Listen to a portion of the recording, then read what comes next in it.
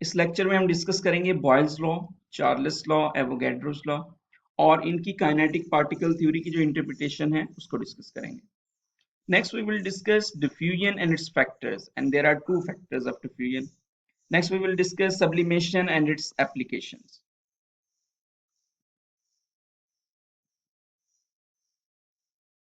So, sample of a gas can be characterized by four variables.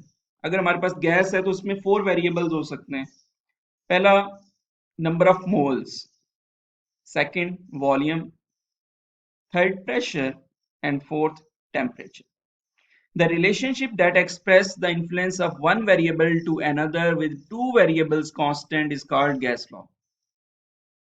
So, जो इनको relate करता है, at a time आप किसी दो को रिलेट कर रहे होंगे और बाकी जो दो होंगे वेरिएबल वो कांस्टेंट कंसीडर होंगे.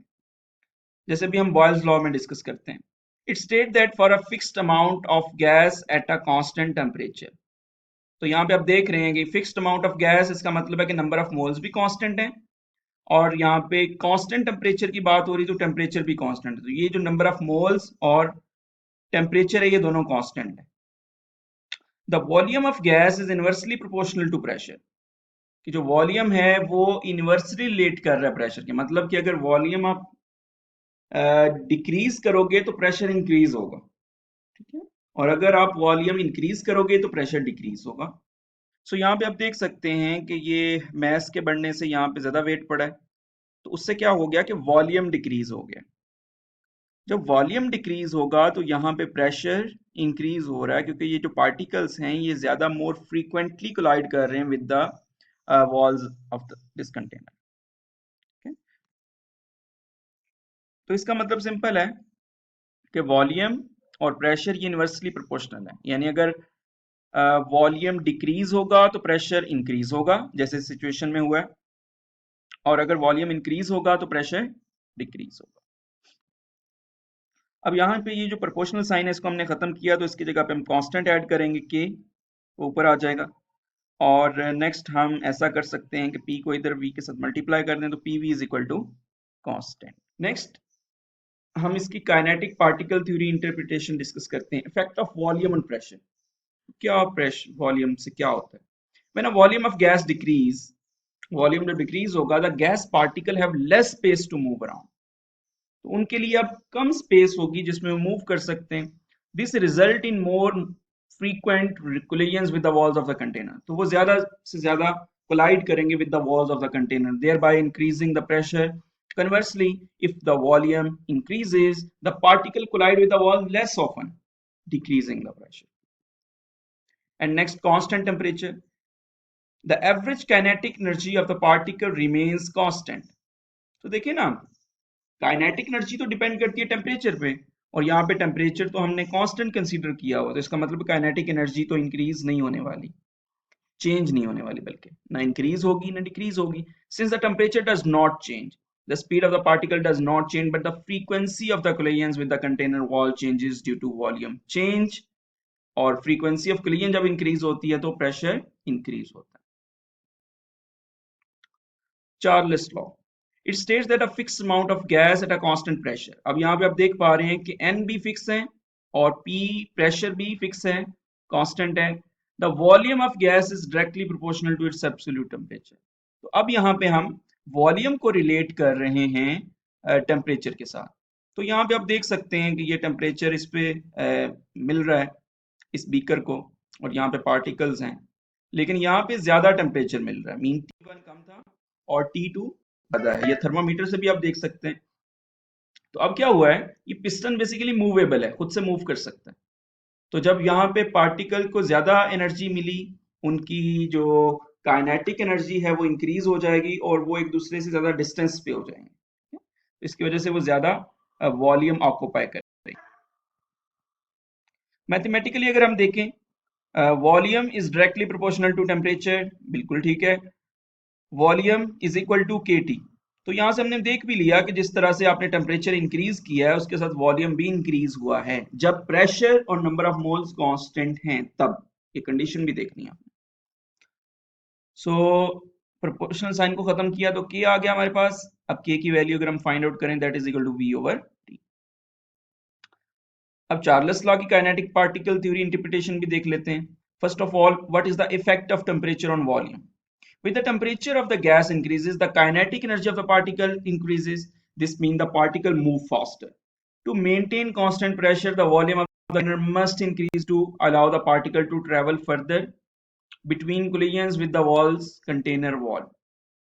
देखें, जब टेम्परेचर इंक्रीज होता है तो काइनेटिक एनर्जी इंक्रीज हो जाती है और पार्टिकल की जो मोशन है वो फास्टर हो जाती है। अब हमने प्रेशर को कांस्टेंट कंसीडर किया, तो इसका मतलब प्रेशर तभी कांस्टेंट हो सकता है जब पिस्टन मूवेबल हो। ठीक है, तो पिस्टन मूव हो जाएगा उतना और प्रेशर जो है वो कांस्टेंट रखेगा। Conversely, if the temperature decreases, the kinetic energy of the particle decreases. This particle moves slower. The volume must decrease to maintain the constant pressure. Next हमारी कंडीशन थी constant pressure. The volume changes to balance the increased or decreased frequency and force of collision due to temperature change, maintaining constant pressure. तो देखिए ना, वो जो volume है वो खुद ही इंक्रीज हो जाएगा। अगर टेम्परेचर आप इंक्रीज करें तो वॉल्यूम इंक्रीज हो रहा है, मतलब कि आपने पिस्टन को मूवेबल रखा हुआ है, खुद से मूव कर सकते हैं, लेकिन प्रेशर कांस्टेंट रहेगा यहाँ। और अगर आप टेम्परेचर कम करेंगे तो प्रेशर जो वॉल्यूम है वो मजीद डिक्रीज हो जाएगा। ठीक है, और प्रेशर कांस्टेंट रहेगा। Next, Avogadro's law. It states that for a gas at constant temperature and pressure the volume of gas is directly proportional to the number of moles of gas.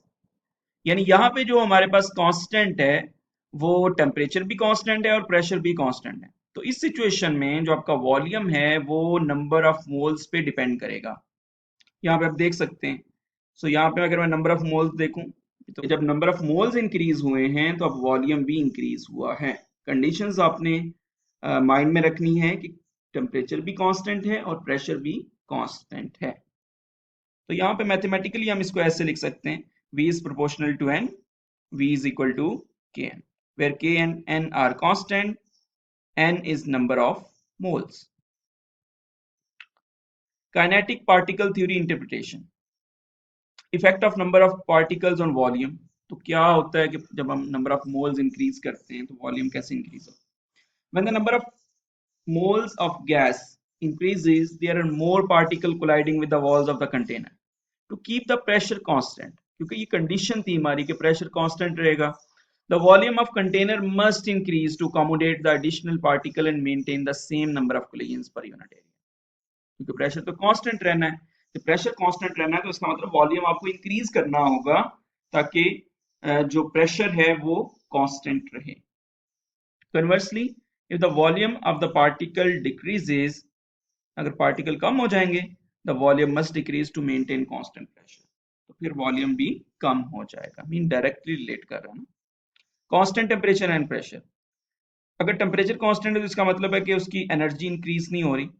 The temperature ensures that the kinetic energy of each particle remain the same. तो kinetic energy तो भाई same होगी and the pressure remains constant by adjusting the volume according to the number of particle. तो pressure भी इसका constant रहता है ताकि जितने नंबर ऑफ मोल्स इंक्रीज हुए हैं उसके रिस्पेक्ट से उसका वॉल्यूम भी इंक्रीज हो सके। Next, diffusion. अगर हम इसकी डेफिनेशन देखें, the movement of molecule from higher concentration to lower concentration. Example, spraying of perfume. So when perfume is sprayed and dispersed across a room, at first perfume molecules are concentrated in the sprayer and dispersed across the room.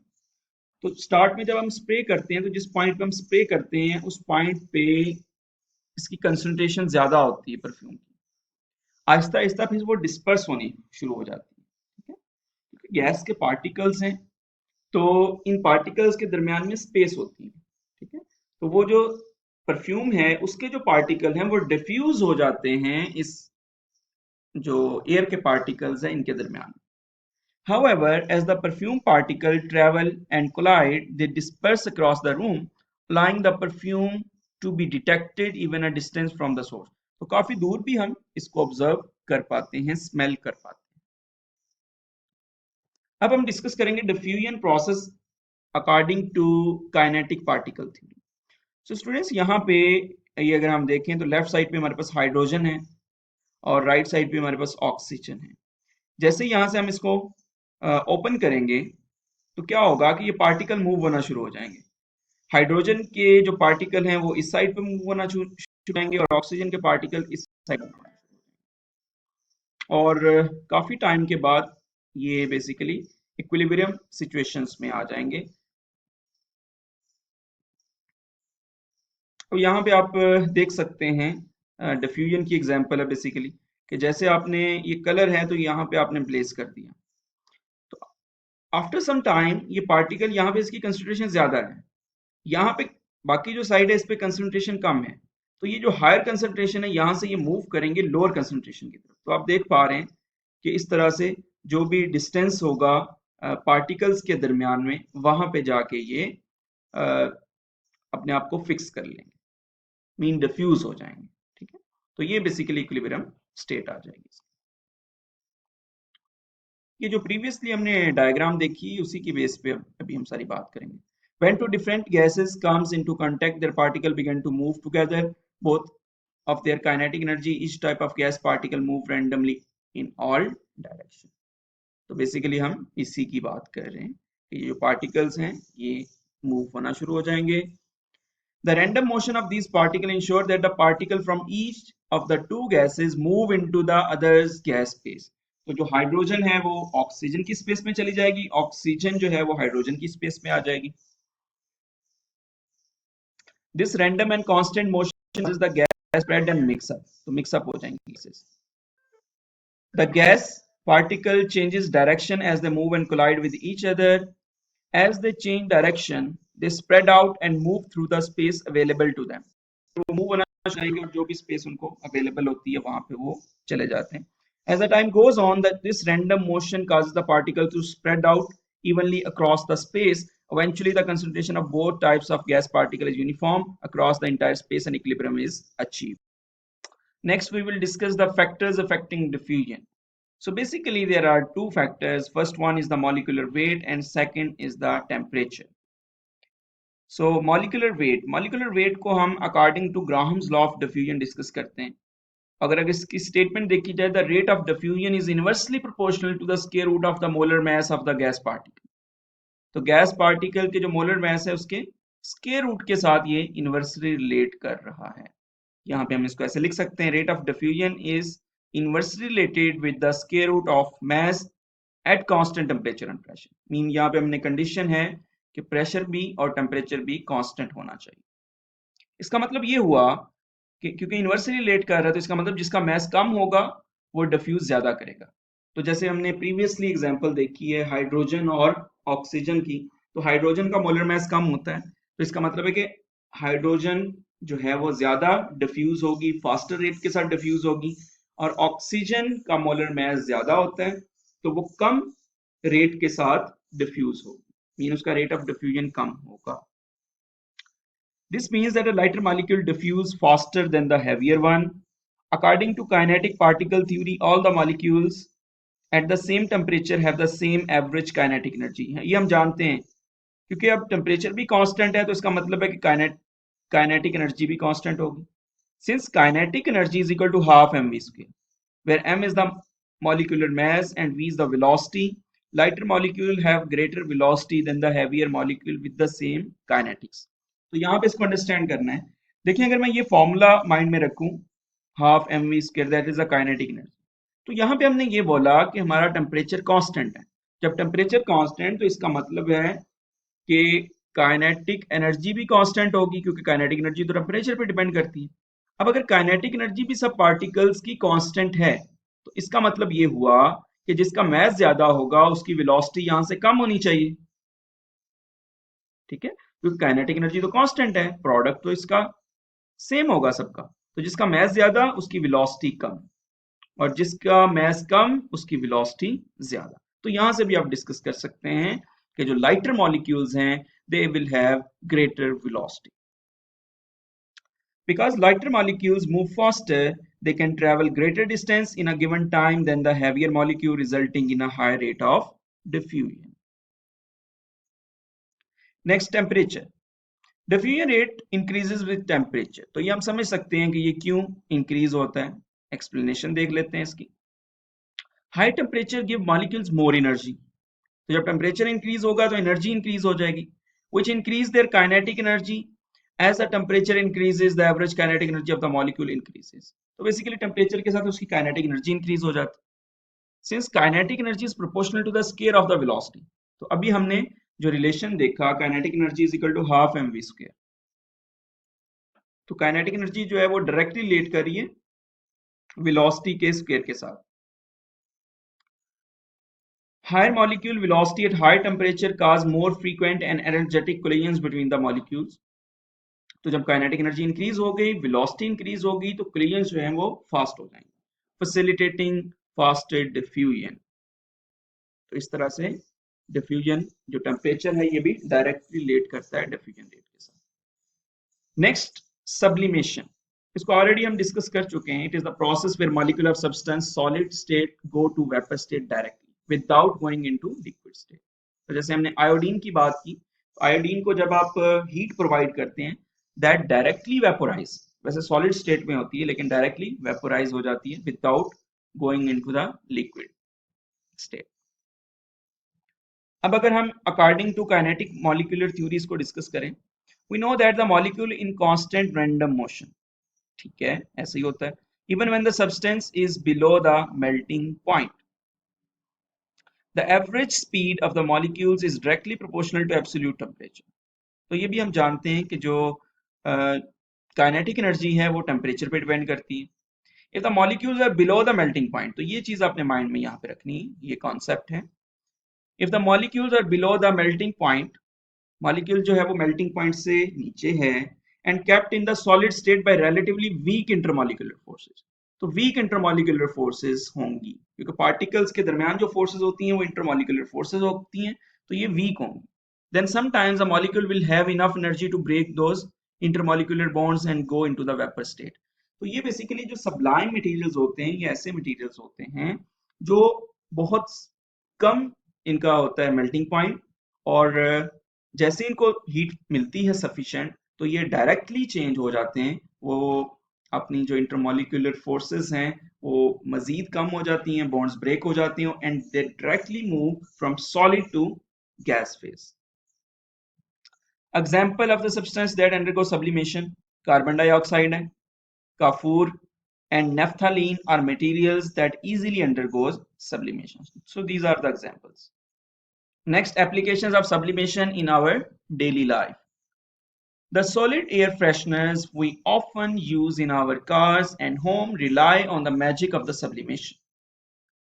So ये जो air fresheners होते हैं ये solid form में होते हैं, आप place करते हैं इनको कार में और घरों में, तो ये जैसे ही थोड़ा टेम्परेचर हीट मिलती है इनको, तो ये क्या करते हैं कि ये डायरेक्टली वेपर फेज में चले जाते हैं और फ्रेग्रेंस प्रोवाइड करते हैं। The solid fragrance within slowly transforms into the delightful vapours, तो वेपर्स की फॉर्म में चले जाते हैं, filling the entire space with the entire aroma that lingers in the air. In the textile industry, 3D printing uses a sublimation process. Dye sublimation printers are now widely used in the printing process for the reduced cost. Dye sublimation is used to print a variety of the objects such as t-shirts, pen, coffee mugs and bags. तो वहां पे भी ये sublime materials use किए जाते हैं। In the food industry, freeze drying food items for preservation for a long duration is due to the process of sublimation. तो वहां पे भी अगर बहुत ज्यादा देर के लिए प्रिजर्व करना है अपने फूड को, तो वहां पे भी सब्लिमेशन का प्रोसेस यूज किया जाता है। नेक्स्ट हम डिस्कस कर रहे हैं examples of deposition. The formation process of snow from water vapours. तो इसमें बेसिकली जो गैस फेज है वो डायरेक्टली चेंज हो जाती है सॉलिड फेज में, ठीक है। Black soot inside the vehicle exhaust, तो ये भी डेपोजिशन की एग्जांपल है। The making process of dry ice using carbon dioxide, so उसमें भी जो गैस है वो चेंज हो जाती है सॉलिड फॉर्म फेज में। Next we will discuss importance of diffusion rates in medicine.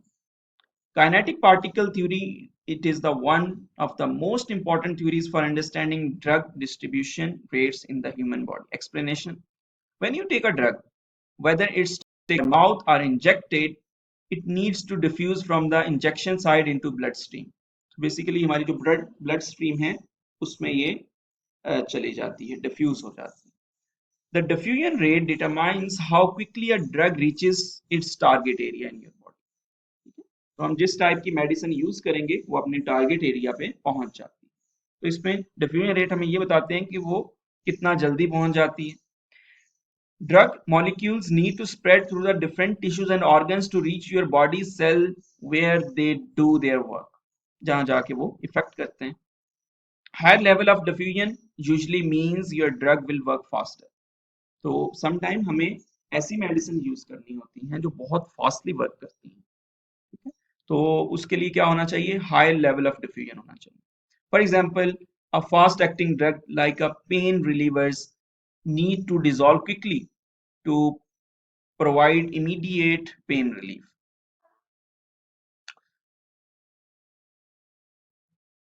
Next, factors of diffusion rate of drugs. अगर हम factors discuss करें कि mainly two factors हैं. एक तो हम concentration gradient की बात करते हैं यहाँ पे, और दूसरा हम composition of drug, कि वो liquid है, gel है, या tablet है, उस पर डिपेंड करते हैं. तो दो यहाँ पे factors होंगे. First one is concentration gradient and second composition of the drug. So kinetic particle theory explains the drug diffusion rate by affected concentration gradient between your drug and your surrounding tissues. Explanation: if your drug is at higher concentration at the time of administration and your surrounding tissues are at low concentration, then your drug diffusion rate will be faster. तो जितना ज्यादा concentration gradient होगा, gradient तो basically slope होगी, मतलब कि जितना आपके टिश्यूज की कंसंट्रेशन लो होगी और जितनी उस मेडिसिन की कंसंट्रेशन हाई होगी, उतना रेट ऑफ डिफ्यूजन फास्टर होगा. Second, the rate of diffusion also depends on the composition of the drug, liquid, gel, tablet. Explanation: generally liquid drugs move more quickly than the solid drugs as their particles have already dispersed. Third, control release formulations are used to control the rate of drug diffusion so that the therapeutic effect remains consistent over